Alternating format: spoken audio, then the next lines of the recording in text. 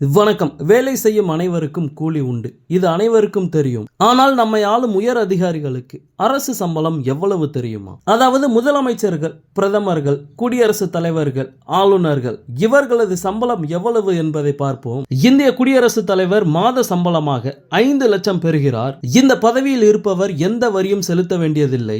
இந்திய துணை ஜனாதிபதி நாட்டின் 2வது மிக உயர்ந்த அரசியல் அமைப்பு பதவியை வகிக்கிறார். இப்பதவியில் இருப்பவர்களுக்கு மாதம் 4 லட்சம் சம்பளம் கிடைக்கிறது. இதை தவிர பல சலுகைகளும் வசதிகளும் வழங்கப்படுகிறது. அடுத்ததாக இந்திய பிரதமர் பதவியில் இருப்பவர்களுக்கு மாதம் சுமார் 2,80,000 ரூபாய் அடிப்படை ஊதியமாக வழங்கப்படுகிறது. நாடாளுமன்றத்தில் பட்ஜெட் முன்மொழிவின்படி ஒவ்வொரு ஆண்டும் பிரதமரின் சம்பளம் நிர்ணயிக்கப்படுகிறது.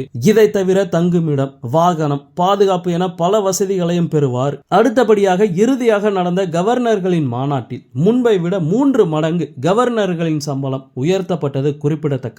இந்த சம்பளத்தை ஆளுநர்களுக்கு அந்தந்த மாநில அரசாங்கங்கள் வழங்க வேண்டும். அப்படி இருக்கையில் தமிழ்நாடு ஆளுநர் RN ரவிக்கு 3,50,000 ரூபாய் சம்பளம் வழங்கப்படுகிறது.